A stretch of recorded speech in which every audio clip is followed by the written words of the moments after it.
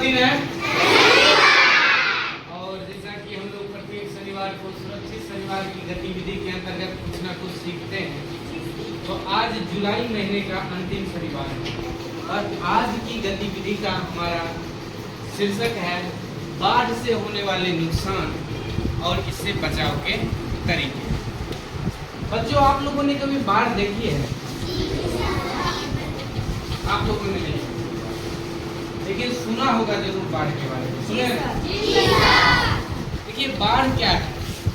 अभी कौन सा मौसम चल रहा है? गर्मी, बरसात या जाड़े का? बरसात का मौसम चल रहा है।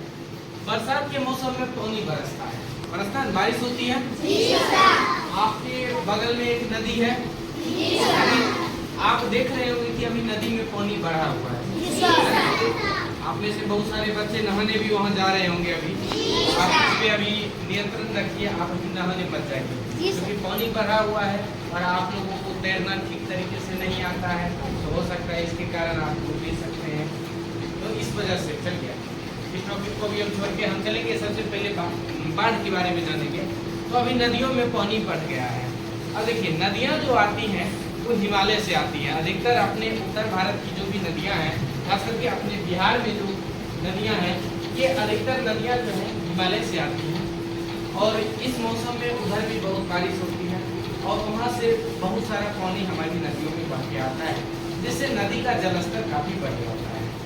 तो एक सीमा तक तो ठीक है, लेकिन सीमा से अधिक जब वो जलस्तर खतरे का निशान कहा जाता है, उस खतरे के निशान से जब जलस्तर बढ़ जाता है तो कभी कभी बांध टूट जाता है। जहाँ पर बांध कमजोर होते हैं, मिट्टी का सिर्फ बना हुआ है, उसका रख रखाव नहीं हो रहा है, लोग उस पर ध्यान नहीं दे रहे हैं, चूहा का बिल है या और भी कई कारणों से जब वो बांध हमारा कमजोर हो जाता है और नदी में पानी की मात्रा बढ़ जाती है तो बांध टूट जाती है।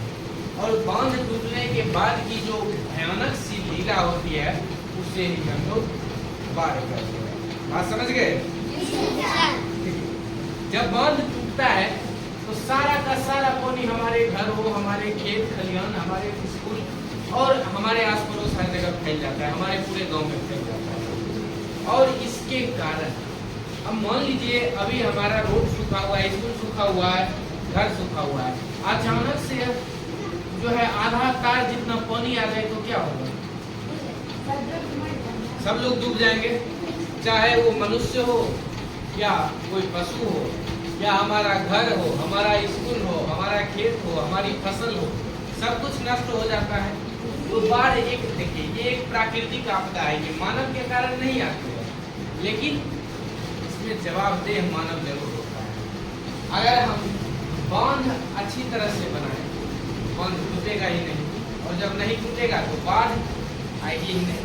तो देखिए, तो बाढ़ के कारण नुकसान बहुत सारे होते हैं, जैसे कि आप देख रहे हैं यहाँ पर हम लिख दिए हैं बांध का टूटना। बांध टूटने के बाद जो है पानी बहकर तेज गति से, बिल्कुल तेज गति से पानी आता है तो हमारे घर टूट जाते हैं, हमारा स्कूल टूट जाएगा, फिर हम पढ़ाई कहाँ करेंगे। और जो भी बड़ी बड़ी इमारतें हैं, बहुत सारा कंपनी का ऑफिस वगैरह होता है, जैसे पंचायत भवन है, ब्लॉक है, थाना है, तो सब कुछ ये सारी इमारतें जो है वो गिर जाएगी। उसके बाद हमारा फसल बर्बाद हो जाएगा। संचार व्यवस्था, जैसे टावर वगैरह लगाया हुआ है, तो अभी हम फोन पर बात करते हैं या इंटरनेट चलाते हैं, तो बाढ़ आने के कारण टावर भी काम करना बंद कर देगा, करेगा, बिजली नहीं आएगी, हमारा फोन चार्ज नहीं होगा, तो संचार व्यवस्था भी क्या होगी? खत्म हो जाएगी, बाधित हो जाएगी। यातायात व्यवस्था, सड़क डूब जाएंगे, सड़क टूट जाएंगे, पुल टूट जाएंगे, इसके कारण हमारी यातायात व्यवस्था बाधित होगी, यानी एक जगह से दूसरे जगह जाने के लिए हमें नाव का सहारा लेना पड़ेगा। अब हर किसी के लिए तो नाव उपलब्ध है नहीं, है कि नहीं? और देखिए, नाव का भी उपयोग हम तब करेंगे जब हम घर में रहते हैं और कहीं और जाने के लिए हमको तो घर छोड़ के ही भागना पड़ता है। जब बाढ़ आएगी तो घर छोड़ के भागना पड़ जाता है, अगर घर में रहेंगे तो डूब के मरेंगे। इसलिए संचार और यातायात दोनों व्यवस्था बाधित होती है।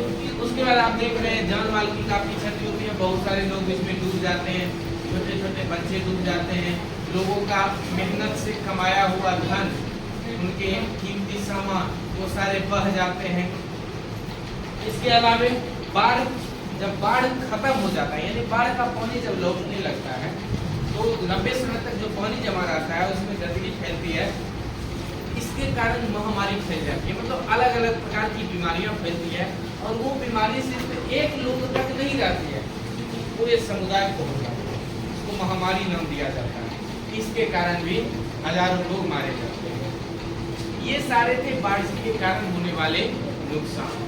अब हम इससे अपना बचाव आखिर कैसे करें? बाढ़ से होने वाले नुकसान से बचने के लिए कई उपाय हैं। पहला ये उपाय है कि हम बाढ़ आने से पहले तैयारी करें। दूसरा उपाय है बाढ़ आने के समय तैयारी करें। देखिए, बाढ़ आने से पहले की हमारी तैयारी होगी, हम जो घर बनाते हैं, मजबूत घर बनाते हैं, 10 फीट पिलर देके तब बनाएगा, एकदम मजबूत घर बनेगा, फिर बाढ़ आने से वो नहीं गिरेगा। ठीक है। उसके बाद हम अपने घर का निर्माण बांध पर नहीं कर रहे या किसी ढलान वाले जमीन पर नहीं कर रहे, समतल जमीन पर मिट्टी की जांच करवा के उसके बाद भवन का निर्माण करेंगे। एकदम मजबूत भवन बनेगा और बाढ़ से उसको कोई नुकसान नहीं होगा। दूसरा, हम मजबूत बांध का निर्माण करेंगे।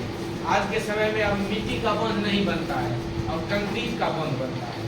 कंक्रीट जानते हैं, इससे हम लोग छत भी बनाते हैं ना, तो कंक्रीट का बांध बनाया जाता है, काफी मजबूत होता है ये बांध, ये नहीं टूटेगा। अब कहिएगा कि नहीं टूटेगा बांध और नदी में पानी बढ़ते जाएगा तो फिर क्या होगा? कोई सोच सकते हैं क्या होगा?